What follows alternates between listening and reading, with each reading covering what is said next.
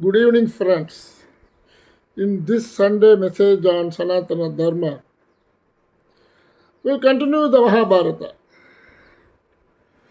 And over the ages, the prevalent tradition of recounting the Mahabharata to a vast audience found resonance in written and translated versions disseminating widely. However, a diminishing interaction of the common populace with the timeless wisdom of Mahabharata led to the fading of its myriad themes.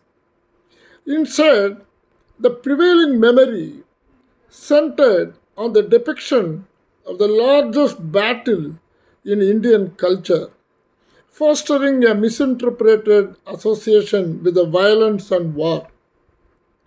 This erroneous connection led to the belief that keeping the Mahabharata at home was inauspicious, a grave conception rectifiable only through the engagement of devout knowledge seekers with this sacred text. It is not merely beneficial, but also advised to keep the Mahabharata at home, owing to the sacredness and auspiciousness of its impacts. Vedavyas, the esteemed sage and author of this masterwork, emphasizes that he has encapsulated the essence of the Vedas, Puranas, and the ancient laws, educational principles, and details of sacred places within this monumental work. Even the Upanishad sages regard Itihasa Purana, including the Ramayana and Mahabharata, as the Pancham Veda, the fifth Veda, portraying the Mahabharata as a synthesis of supreme ancient knowledge, forming the bedrock of Indian culture. And in the Mahabharata, the episode involving around the Draupadi Swayamvara stands as a highly deliberated and contested chapter of the epic. Divergent versions abound, each depicting the proceedings in the court of King Draupada, the, with the unique nuances. A pivotal dispute centers around the role of Karna in this contest. In the recensions of North India, it is posited that Karna adeptly strung the bow only to be halted by Draupadi herself, who categorically rejected a union with someone she perceived as lower lineage, and Karna purportedly undeterred left the task incomplete. This rendition implies that Karna possessed the prowess to meet the challenge, positioning him on par or even superior to Arjuna. Conversely, in southern recensions, Karna's narrative unfolds differently. Here, he endeavors to string the bow but falters, obviating the necessity for Draupadi's rejection. Well, we'll continue the story from where we left last week.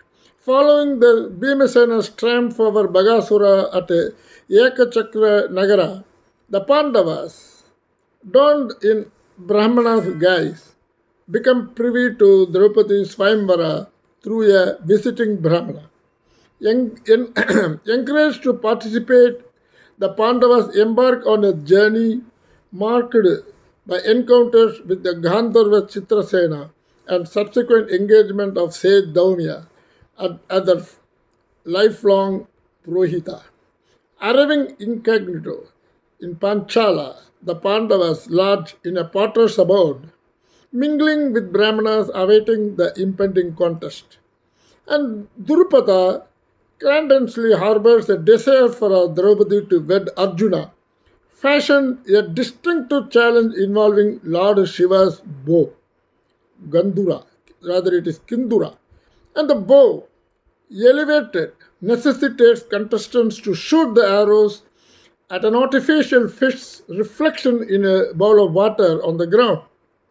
And Drishtatyumna, the Draupadi's brother, inaugurates the Swayamvara, drawing an assembly of numerous kings and princes, including the Kauravas, Sakuni, Aswathama, Jarasandha, and others. And each contender fails to string the bow with the attempts by Shishupala, Jarasandha, Shalya, and even Duryodhana, culminating in ignominious failures.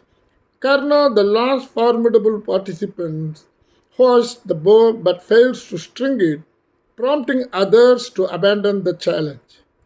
And in the ensuing chaos, Arjuna, obtaining permission from Bhimasena, steps forward. Disguised as Brahmana, he mentally seeks Lord Krishna's guidance and adeptly strings the bow, releasing 5 arrows at the target. And Draupadi bestows upon him a divine mala.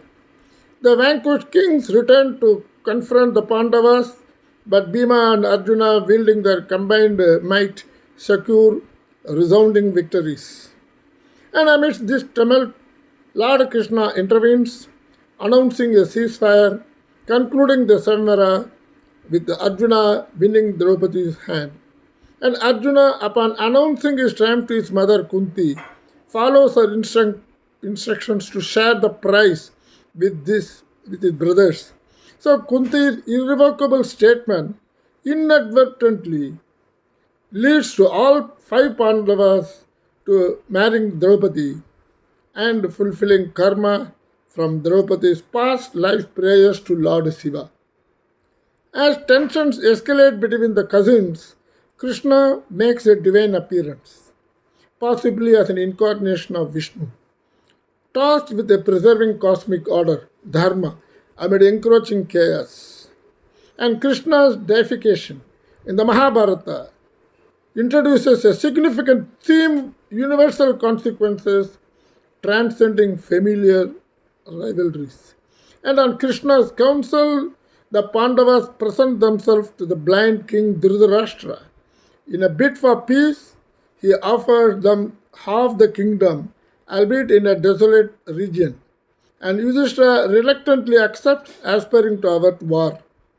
And meanwhile, Arjuna and Krishna assist a disguised hungry Brahmin, revealed to be Agni, the god of fire, and Arjuna's valor earns him Varuna's bow, and Gandiva, and an endless supply of arrows. And Indra's reign cannot thwart Arjuna, aided by Krishna, indicating Vishnu's supremacy over Indra. As a token of gratitude, Maya and Asura construct the grand hall of Indraprastha. Residing in Indraprastha, Yudhishthira transforms impoverished land into a flourishing kingdom, proclaiming himself the king of kings. Duryodhana's envy and humiliation during visit to the opulent palace fuel his determination to engineer their downfall. As we continue the story next week, let us understand that the Mahabharata is an ancient compendium narrating the legends of Kauravas, Pandavas, and Sri Krishna, particularly in the great battle of Kurukshetra, resonates in the collective memory of Indians as an epic, timeless saga.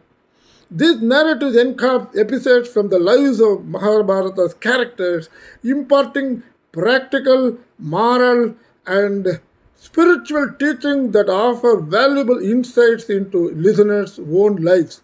And Srimad Bhagavad Gita, a pivotal component of Mahabharata, serves as a consolidation of the ideals of bhakti or devotion to the divine. It provides direction followed even by modern Hindu devotees. Additionally, revered hymns like the Sri Vishnu Sahasranama Stotra and Suryostra Shatanam Stotra, integral to Hindu practices, have been passed down through the Mahabharata, enriching the spiritual life of the practitioners. And the Mahabharata's episodes showcase the zenith of Indian writing, demonstrating a sophisticated exploration of life and philosophy from an ancient Indian perspective.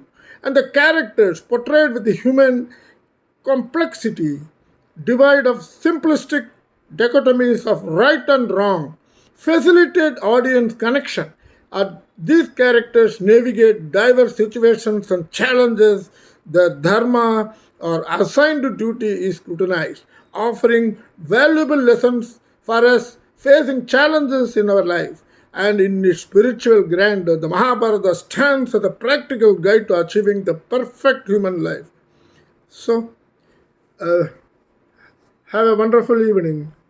Best regards, Raju Krishnan, Hyderabad.